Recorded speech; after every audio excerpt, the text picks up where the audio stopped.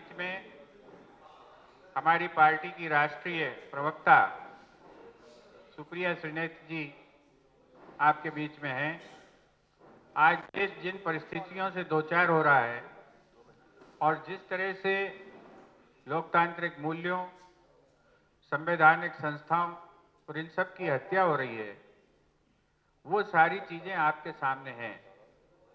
कुछ महत्वपूर्ण विषयों पर जो राष्ट्रीय महत्व के हैं, उन पर सुप्रिया जी आपके सामने बहुत सारे तथ्यों को साझा करेंगी।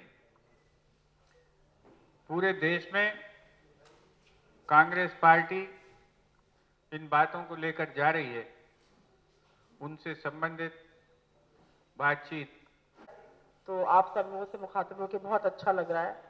मंच पर बैठे हुए सारे वरिष्ठ कांग्रेस जन, अशोक सिंह जी, राजीव सिंह जी, भूपेंद्र गुप्ता जी, नरेंद्र सलूजा जी, आनंद तरन जी, फिरोज सिद्दीकी जी, अजय यादव जी, स्वदेश शर्मा जी, विनय राजपूत जी, आप सबको मेरा नमस्कार। एक बहुत ही महत्वपूर्ण मुद्दा लेके कांग्रेस पार्टी हर प्रदेश के राजधानी में और जहां तक संभव हो रहा है बड़े शहरों में जाकर प्रेस वार्ता कर रही है, क्योंकि हमें ऐसा लगता है कि आपके माध्यम से जनता के पास ये संदेश पहुंचना जरूरी है।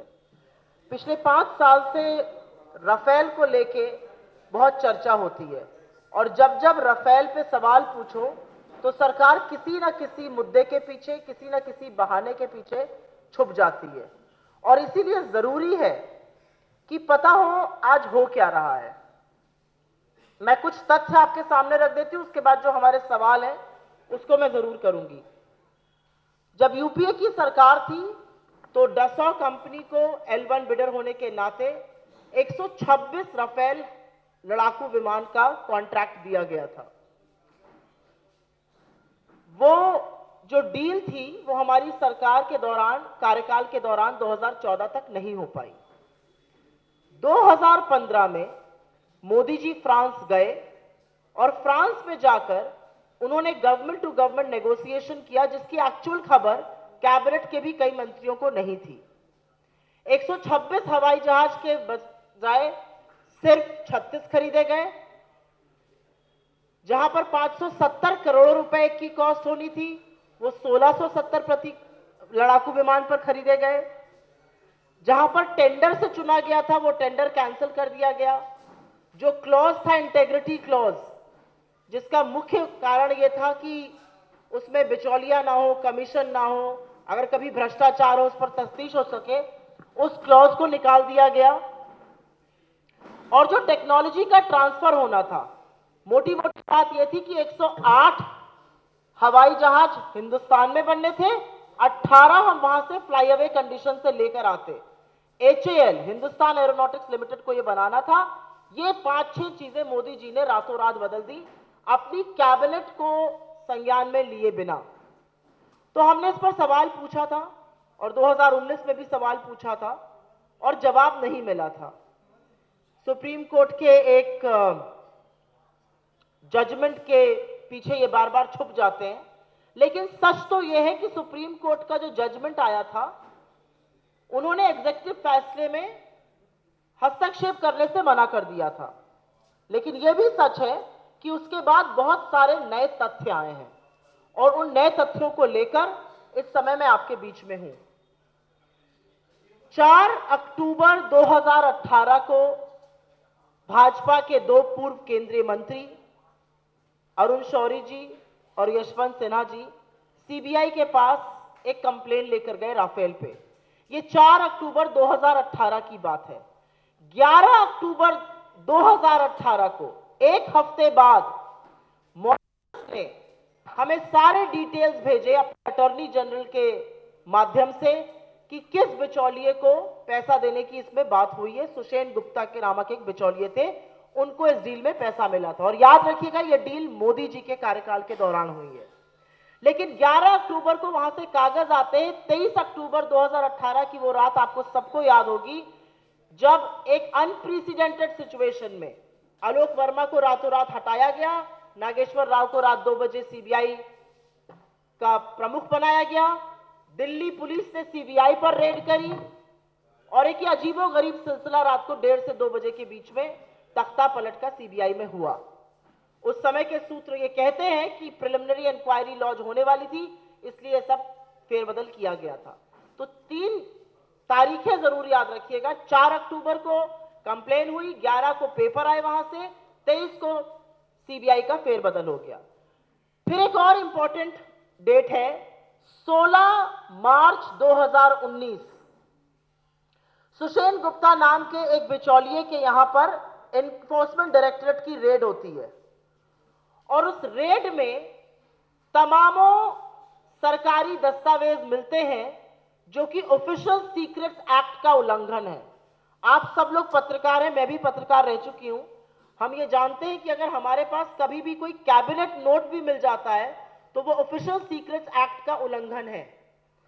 एक बिचौलिए के पास ऑफिशियल सीक्रेट्स एक्ट का उल्लंघन करते हुए 5 बड़े डॉक्यूमेंट मिलते हैं। उनको पास पहला डॉक्यूमेंट मार्च 2019 में मिलता है बेंचमार्क प्राइस का, और ये 2015 का डॉक्यूमेंट है जब मोदी जी की सरकार थी।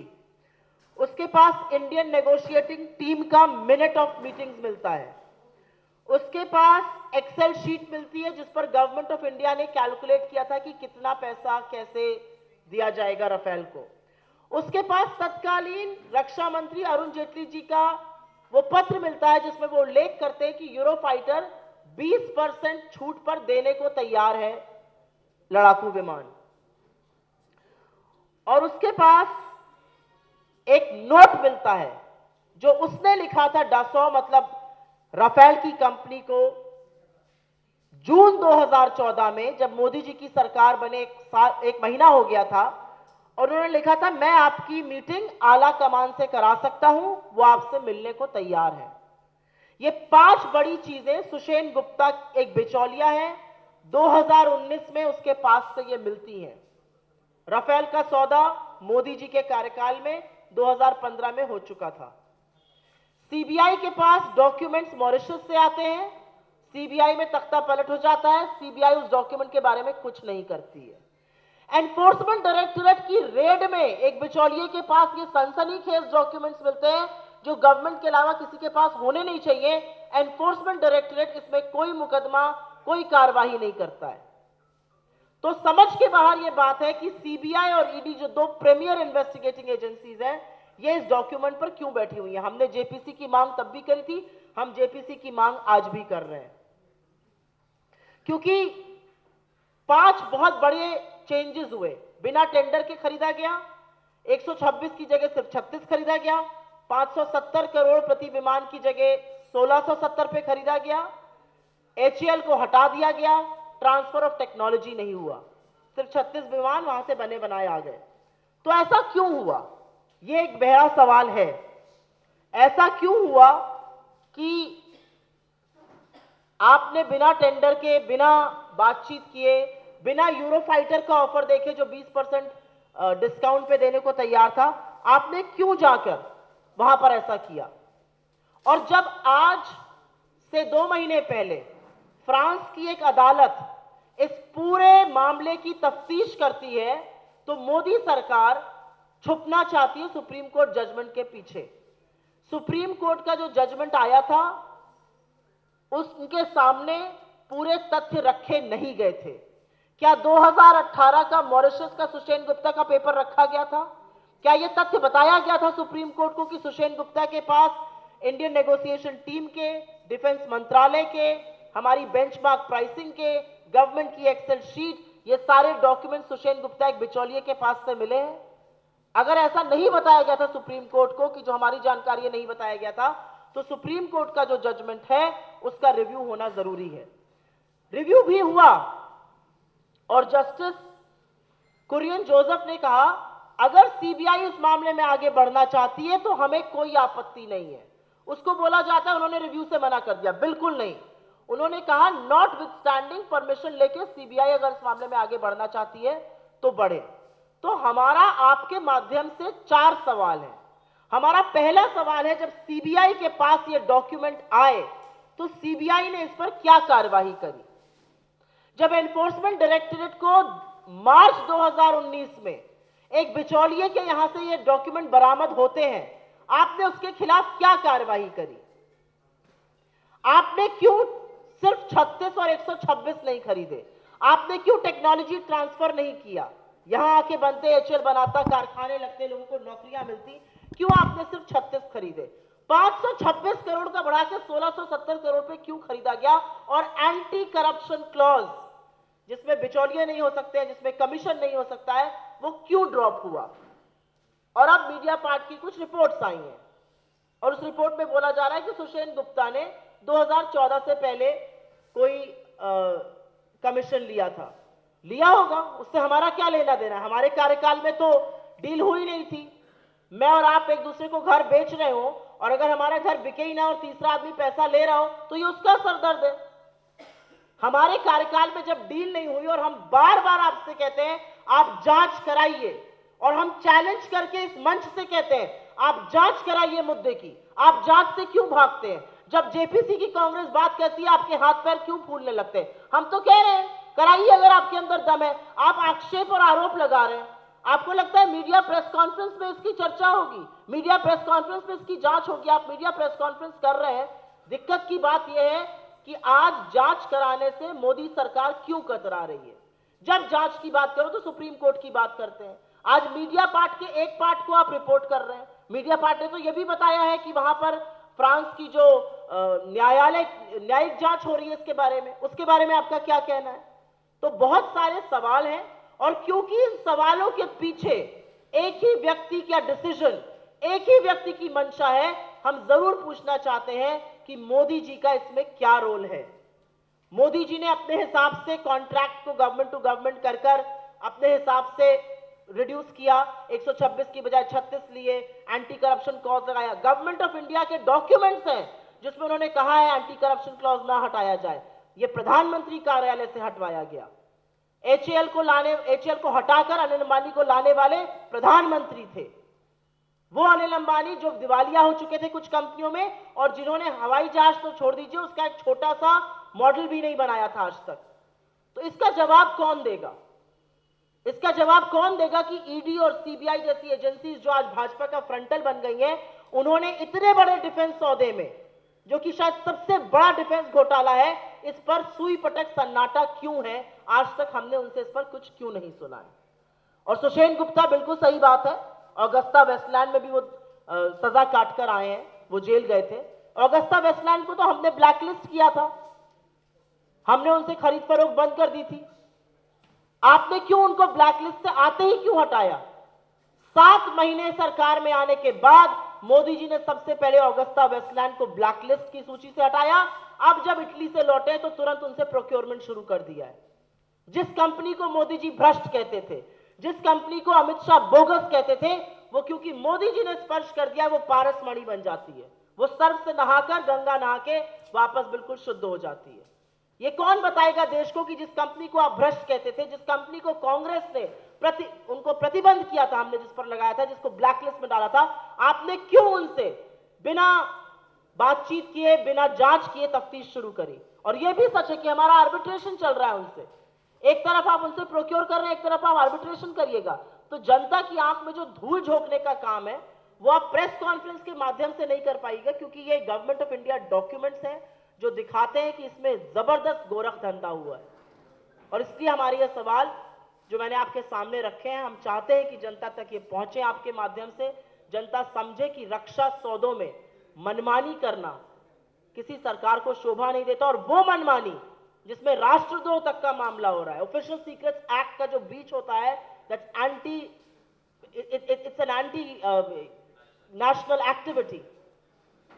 ऑफिशियल सीक्रेट्स एक्ट के ब्रीच में 7 साल की सजा है, पर एक व्यक्ति, एक बिचौलिए के पास से मिलता है और एक शब्द नहीं आता है सरकार के पास से, और जिस इन्वेस्टिगेटिव एजेंसी को मिलता है वो एक केस दायर नहीं करती है ऐसे व्यक्ति के खिलाफ।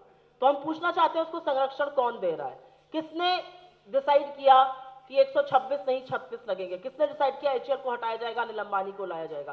किसने डिसाइड किया कि 526 नहीं 1670 करोड़ दिया जाएगा? किसने डिसाइड किया एंटी करप्शन क्लॉज हटाया जाएगा? ये सारे हमारे सवाल हैं और मैं आग्रह करती हूँ इन सवालों को जरूर पब्लिक डोमेन में रखिए और लोगों तक ये सवाल पहुंचाइए।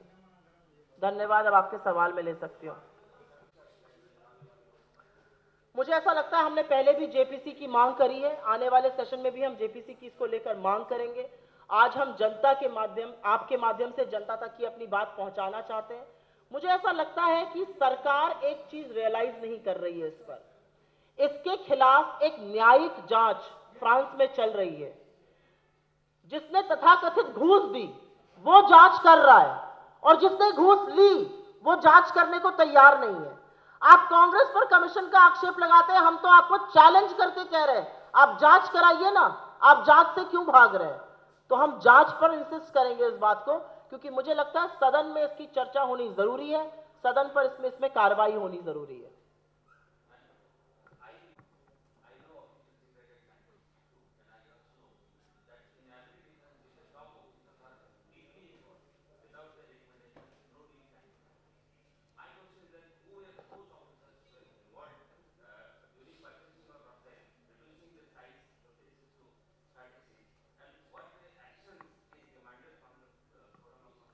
But that's precisely what I'm saying, that there are people who are involved in not just bringing down the numbers from 126 to 36 or increasing or inflating the cost, or for that matter, removing the anti-corruption clauses. There are people who are involved in leaking of sensitive documents of purchasing, of pricing to middlemen.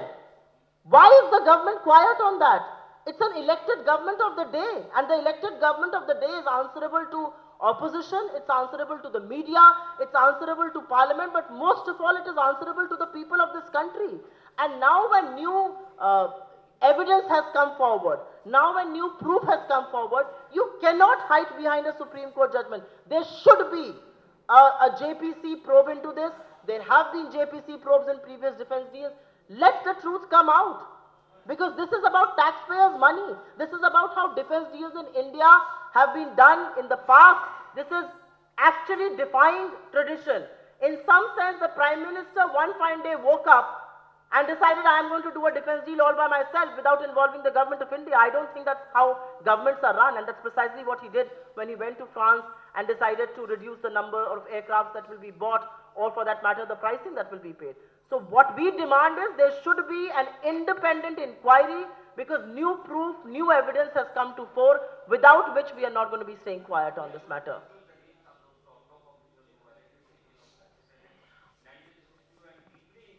But that's exactly what I'm saying, that this needs to be probed. I cannot sit here and give you names. This is exactly what the Enforcement Directorate should be doing.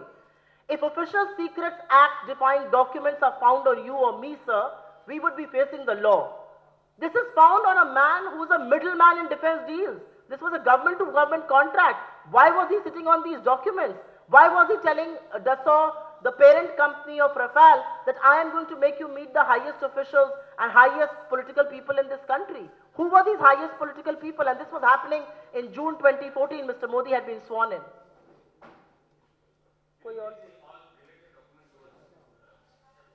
I will try and surface as many documents without breaching the Official Secrets Act to you.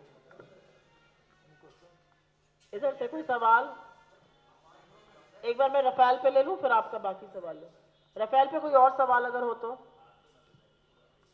हाँ, पूछिए आप।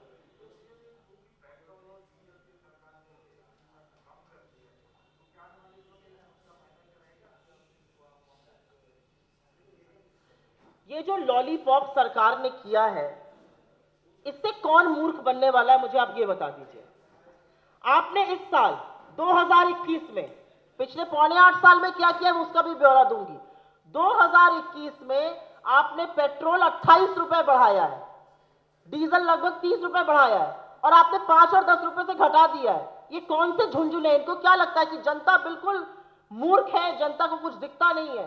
अरे जिस जनता की कमर आप तोड़ रहे हैं, उसको ये झुंझुना मत दीजिए, उसको ये लॉलीपॉप मत दीजिए। ये सच है, और मैं एक आपके सामने आंकड़ा रख रही हूं जो आपको पता भी है आंकड़ा, लेकिन क्योंकि आपके माध्यम से ये बात पहुंचानी है। इस वित्तीय वर्ष में 2021 में जो फाइनेंशियल ईयर एंड हुआ, केंद्र सरकार ने 3,72,000 करोड़ रुपए कमाए फ्यूल के टैक्स से। 3,72,000 करोड़ रुपए। मात्र 18,000 करोड़ रुपए उन्होंने राज्यों से साझा किए। मात्र 18,000 करोड़ रुपए। 3,72,000 करोड़ में से मात्र 18,000 करोड़ रुपए राज्यों से साझा हुए। और आपको पता है 18,000 करोड़ में से कितना राज्यों को दिया गया? 7,380 करोड़। 7,380 करोड़ अंततोगत्वा 3,72,000 करोड़ में से सरकार ने साझा किए। 41% 18,000 करोड़ का 7,380 करोड़ होता है। बाकी सारा पैसा केंद्र सरकार ने रखा। क्यों रखा? क्योंकि जो इन्होंने एक्साइज ड्यूटी 13 बार बढ़ाई है जब से ये सरकार में आए हैं, वो स्पेशल और एडिशनल बढ़ी है। और वो एक्साइज ड्यूटी है जो राज्यों के साथ साझा नहीं होती है। राज्यों के साथ शेयर सिर्फ बेसिक एक्साइज करी जाती है जो नीचे रखी गई है। सारा सेस और सारी स्पेशल और एडिशनल एक्साइज केंद्र सरकार खुद रखती है। 7,380 करोड़ राज्यों को देने के बाद 3,72,000 करोड़ रुपए जो बचे वो केंद्र सरकार के पास में गए हैं। आपने पैसा कमाया और अब आप ठीकरा राज्य सरकारों के सर पे फोड़ रहे हैं। आप जनता को बिल्कुल मूर्ख ना बनाइए, क्योंकि यह भी सच है कि जो राज्य 1 रुपया 13 पैसे प्रति लीटर ऑफ पेट्रोल कमाते थे आज 57 रुपए कमा रहे हैं, 57 पैसे कमा रहे हैं। और आप जो कि 9 रुपए कमाते थे आप 33 रुपए कमा रहे हैं। आप 32 रुपए डीजल पे कमा रहे हैं और उन राज्य 74 पैसा कमा रहे हैं। तो महंगाई बहुत बड़ा मुद्दा है। और महंगाई सिर्फ पेट्रोल और डीजल की महंगाई नहीं है, महंगाई दाल की है, चीनी की है, चाय कॉफी की है। महंगाई आज कौन सी ऐसी चीज है? खाने का तेल 250 रुपए प्रति लीटर पे बिक रहा है। महंगाई हर तरफ है। जब महंगाई की बात करो तो हमारी वित्त मंत्री कहती मैं तो प्याज लहसुन खाती नहीं हूं, पेट्रोल ऐसा क्या महंगा है, ऊबर से चले लोग। इस तरह की बेतुकी बातें करना कहीं ना कहीं सरकार की असंवेदनशीलता दिखाता है। और ये जो वाह मोदी जी, थैंक यू मोदी जी के पोस्टर लग रहे हैं 5 रुपए कम करने पे, कोई मोदी जी से यह जरूर पूछे कि जब कच्चा तेल $105 प्रति बैरल पर था 2014 में, तब 70 रुपए पे पेट्रोल क्यों बिक रहा था? और आज जब 80 पे हुआ है तो 100 रुपए से ऊपर क्यों बिक रहा है? और आप लोगों से मैं एक सवाल पूछती हूं, 2020 में $19 प्रति बैरल हो गया था कच्चे तेल का दाम। क्रूड ऑयल वाज एट $19 पर बैरल। क्या सरकार ने पैसे घटाए थे? 1 रुपए, 1 नगद, 1 पैसा नहीं घटाया था सरकार ने। तो अब यहां पर आकर हमने 5 रुपए घटा दिए और अपने दरिया दिली से नहीं घटाए। जो उपचुनाव के नतीजे आए, जो चाटा हमारा लोगों ने महंगाई के चलते, उसके चलते मजबूर होकर सरकार ने घटाया है। और सच तो यह है कि आज भी केंद्र सरकार के पास बहुत एल्बो रूम है। 1,000 रुपए पे रसोई गैस मिल रही है। आप गरीब और निम्न मध्यम वर्ग को तो छोड़ दीजिए, हम सब के लिए भी बहुत मुश्किल है 1,000 रुपए पे रसोई गैस खरीदना। एक आंकड़ा आपको छोटा सा बताती हूं, ये हम लोग का कैलकुलेशन हो रहा था। आज किसान जिसको आप मवाली से लेके क्या क्या नहीं कर रहे हैं, जिसको आप अपनी गाड़ियों के नीचे भी रौंद रहे हैं, अगर वो उसको 1 लीटर सरसों का तेल लेना है, उसको 14 किलो गेहूं बेचना है। और अगर उसको पूरे महीने का सरसों का तेल लेके घर चलाना है अपने परिवार का, तो उसको 1 क्विंटल गेहूं बेचना है। इस कदर महंगाई है। तो महंगाई जो कभी डायन थी आज इनकी डार्लिंग हो गई है। और इनको लगता है कि 28 रुपए बढ़ाकर केवल इस साल 5 रुपए घटा देने से लोग खुश हो जाएंगे। तो लोग आपको बताएंगे आने दीजिए आगामी चुनाव, 5 राज्यों में चुनाव है, महंगाई एक बहुत बड़ा मुद्दा रहेगा। Can I take it from other people, then I'll come back to you? कोई और सवाल पूछेगा? महिला शक्ति सवाल नहीं पूछेगी? जी बताइए, प्लीज गो अहेड। जी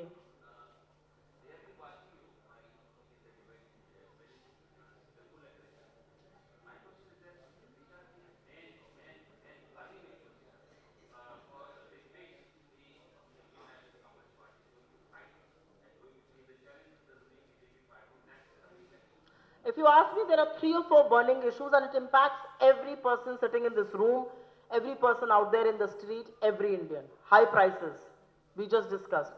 महंगाई बहुत बड़ा मुद्दा है और ये महंगाई इसलिए भी बहुत बड़ा मुद्दा है क्योंकि ये मंदी के दौरान आ रही है।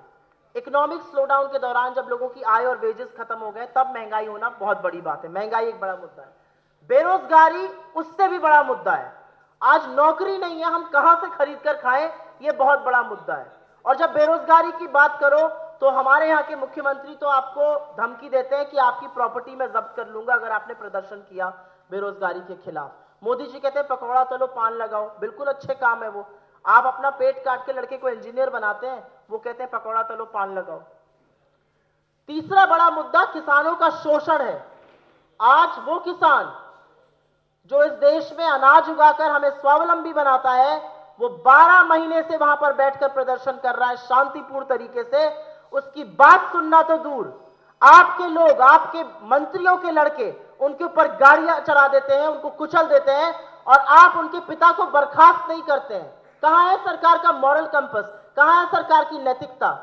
How can a man whose son is the main accused in the Lakhimpur farmer massacre continue to be India's state home minister? On what basis? It's absolutely, it can only be done by a morally bankrupt government. And यहां पर भी और बाकी जगहों पर महिला सुरक्षा एक बहुत बड़ा मुद्दा है। I'll take other questions and I'll come. And you don't think महंगाई मिडिल क्लास को इफेक्ट करता है? You don't think बेरोजगारी मिडिल क्लास को इफेक्ट करता है? बिल्कुल नहीं। मैंने पहले ही बोला, आपने शायद सुना नहीं, मैंने बोला 1000 रुपए का सिलेंडर निम्न मध्य वर्गीय और गरीब आदमी तो छोड़ दीजिए, मिडिल क्लास आदमी भी आज नहीं ले पा रहा है।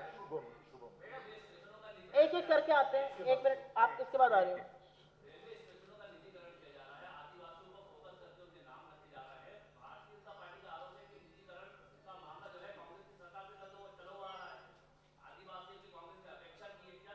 अच्छा, मैं आपका 1 2 3 सवाल ले लूं फिर आपका जवाब दूंगी। हाँ बताइए।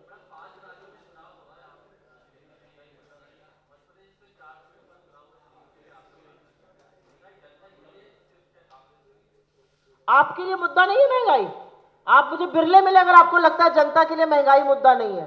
जनता के लिए महंगाई बहुत बड़ा मुद्दा है। आपने यहां पर 3 सीटों का उल्लेख किया। राजस्थान में जो चुनाव हुआ सारी की सारी सीटें हम जीते।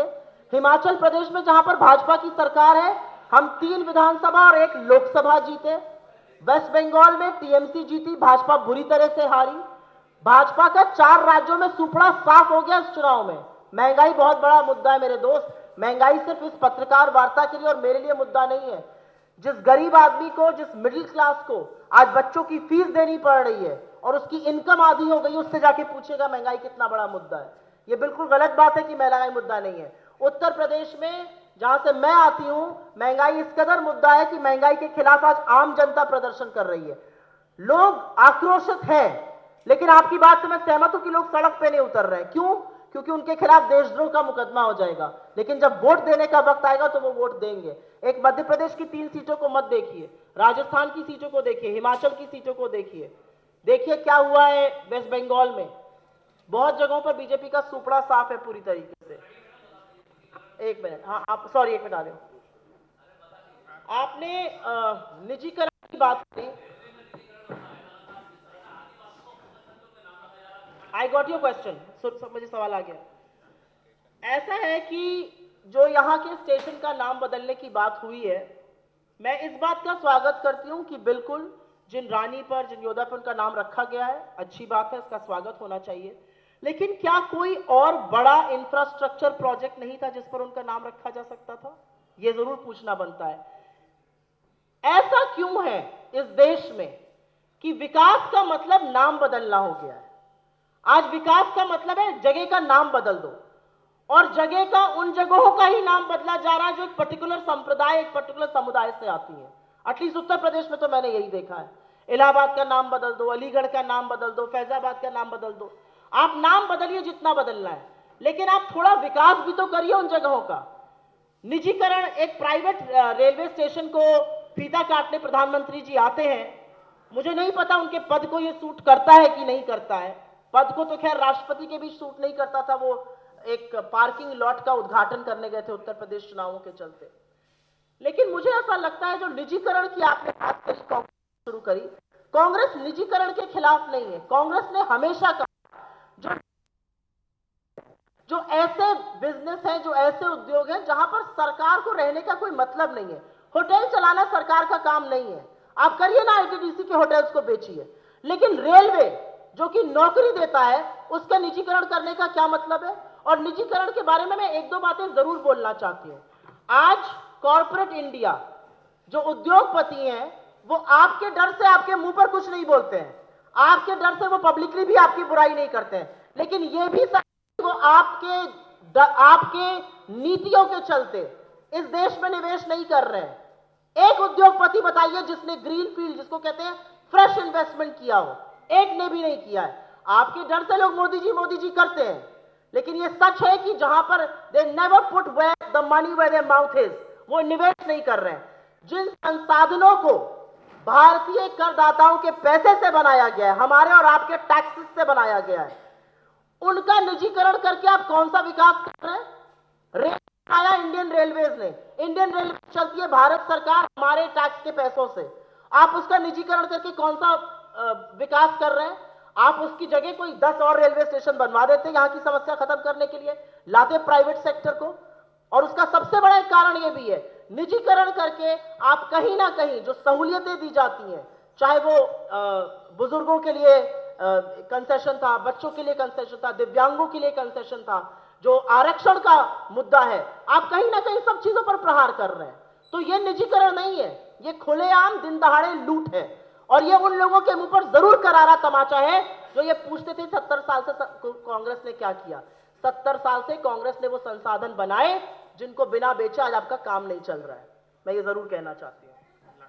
इसके ऊपर मेरा व्यक्तिगत बहुत बड़ा स्टैंड है और मैं जरूर बोलूंगी उस बात को। और मैं एक शब्द का इस्तेमाल मैंने 2 दिन पहले भी किया था, आज भी करूंगी। एक सिरफिरी औरत को लगता है कि वो हमारी आजादी को भीख कहकर निकल जाएगी और आजादी के 75वें वर्ष में हम मूक दर्शक बनकर उसकी बात सुनते रहेंगे और उसको पद्मश्री देंगे। पद्मश्री आइडियल सिटीजन होने के लिए दिया जाता है, यह आइडियल सिटीजन की है। हमारी आजादी के 75 साल बाद आज हम आजादी का अमृत महोत्सव बना रहे हैं, सुई पटक सन्नाटा है बीजेपी में। एक बार भर्त्सना नहीं करी गई उसके इस बयान की। उनका क्या मतलब है? महात्मा गांधी से लेकर जवाहरलाल नेहरू, सुभाष चंद्र बोस, सरदार वल्लभ भाई पटेल, भगत सिंह, चंद्रशेखर आजाद, राजगुरु, रामप्रसाद बिस्मिल, ये सब भिखारी में थे, ये भीख में लाए थे इस आजादी को। जिस आजादी के लिए करोड़ों लोगों ने अपना बलिदान दिया, उस आजादी को भीख कहना, ये कौन सी नैतिकता है? और कैसे ऐसे व्यक्ति के पास इस देश का पद्मश्री होना चाहिए, ये मैं जरूर पूछना चाहती हूं। और मैं ये जरूर पूछना चाहती हूं कि जो फर्जी राष्ट्रवाद का सर्टिफिकेट बांटते फिरते हैं, इनका मुंह बंद क्यों है? ये क्यों नहीं कंगना रनौत का पद्मश्री वापस करने की बात करते हैं? कांग्रेस का स्टैंड मैंने बताया, जो मेरा स्टैंड है वही कांग्रेस का स्टैंड है।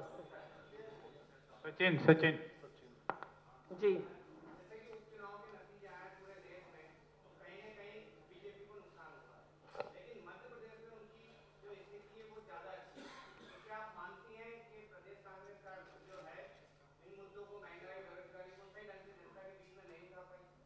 मुझे नहीं ऐसा लगता कि नहीं उठा पाई थी, मुझे लगता है और उठाना चाहिए।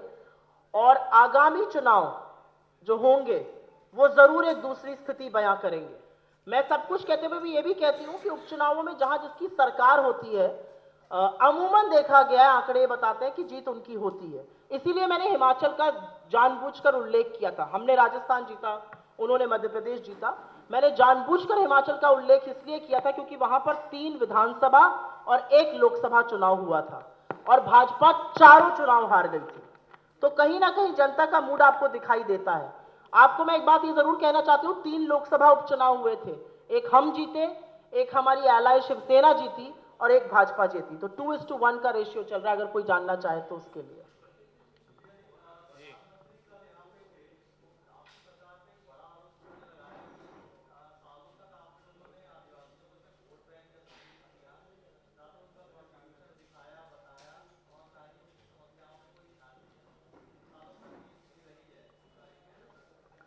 मोदी जी कैमरा देखकर थोड़ा बहक जाते हैं, ये उनकी 8 साल पुरानी बीमारी है, गुजरात से भी है। कैमरा देखकर कुछ अनर्गल बोल देते हैं, थोड़ा बहक जाते हैं, आए बाएं बोलने लगते हैं।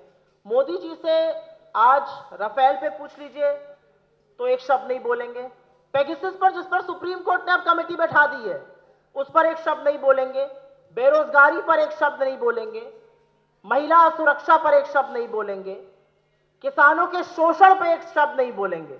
मोदी जी की आंखें तो बहुत, तुरंत उनकी आंखों में आंसू आ जाता है, गला रूंध जाता है काफी बातों में।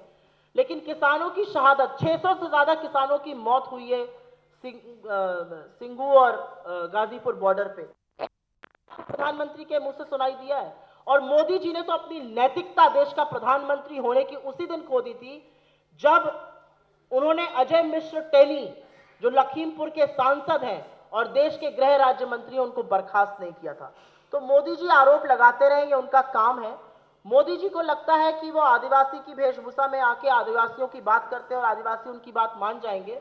कोई मोदी जी से ये जरूर पूछे कि जो रिजर्वेशन आप खत्म करने का काम कर रहे हैं, जो निजीकरण का आप काम कर रहे हैं जिसमें आदिवासियों का रिजर्वेशन खत्म हो जाएगा, उसके बारे में उनका क्या ख्याल है।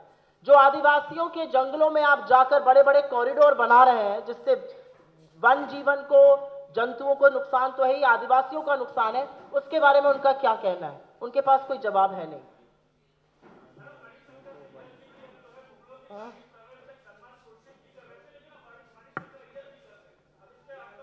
क्या है?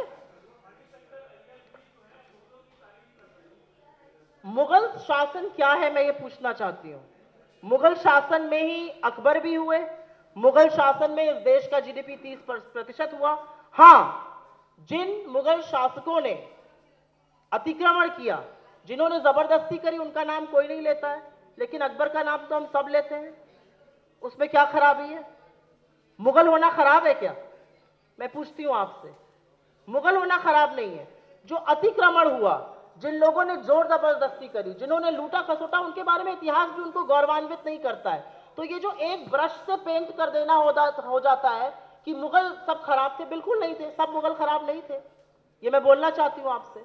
बहुत अच्छे मुगल शासक भी हुए जिन्होंने इस देश को बड़ी बड़ी जीडीपी दिए, बड़ी बड़ी इमारतें दी, एक बहुत बढ़िया व्यवस्था दी। इनके बारे में क्या कहना है? और जहां तक सलमान खुर्शीद जी का बयान है, क्योंकि आपने उसका उल्लेख किया, मैं उस पर जरूर बोलूंगी।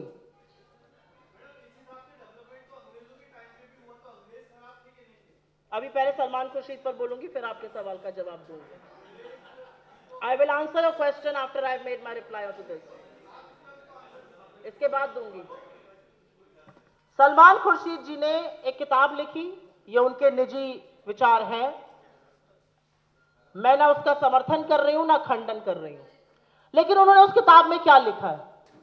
उन्होंने उस किताब में लिखा है कि जो उग्र बन के हिंदुत्व की बात आज कर रहे हैं वो गलत है। और एक प्रैक्टिसिंग हिंदू होने के नाते मैं इस बात से सहमत हूं, क्योंकि मेरा धर्म किसी को मारना, मेरा धर्म किसी का शोषण, मेरा धर्म किसी को पीटना, किसी की जबरदस्ती जलालत करना, किसी को जबरदस्ती हमारे धर्म का एक उच्चारण कराना बिल्कुल नहीं सिखाता है। जो मेरा धर्म है वो बिना शांति पाठ के ना कोई हवन पूरा होता है, ना कोई पूजा पाठ पूरा होता है। और हिंदू धर्म में शांति पाठ में वनस्पति से लेकर गृह शांति तक की बात करी जाती है। इतने शांत धर्म को हम किस तरह का धर्म बना रहे हैं? हम एक चूड़ी बेचने वाले से लेकर एक खोमचे लगाने वाले तक को मार रहे हैं। हम लोगों के चाल चलन पे, लोगों के पहनावे पर, लोगों के खाने पर, ये किस तरह का देश हम बनाने की कोशिश कर रहे हैं? मुझे ऐसा लगता है मीडिया को भी इसके बारे में थोड़ा बोलना चाहिए। आप लोग लोकतंत्र का चौथा स्तंभ है, मैं आपसे हाथ जोड़ के आग्रह करती हूं। जिस तरह से ये देश जल रहा है, ये देश खत्म हो जाएगा। जरूरी है आप लोग भी इसके बारे में बोलिए। इस तरह की जो नफरत की आग फैलाई जा रही है, इसके बारे में बोलना जरूरी है। और अगर नहीं बोलेंगे तो बहुत देर हो जाएगी। हिंदू धर्म को ढोंगी हिंदू बदनाम नहीं करेंगे। मेरे राष्ट्रवाद को फर्जी राष्ट्रवादी चुप होते हैं जब हमारी आजादी को भीख कहा जाता है। कहां है वो लोग? हम औरतों के सम्मान की बात करते हैं। जिस सीता के नाम के बिना भगवान राम का नाम अधूरा है, उनका नाम नहीं लिया जाता है, उनको मिथ्या कहा जाता है। और हम हिंदू धर्म की बात करेंगे यहां पर। Sorry, this is a issue very close to my heart, तो मैं जरूर इस पर बोलूंगी। आपने जो अंग्रेजों की बात करी, अंग्रेजों ने हमारा दमन किया।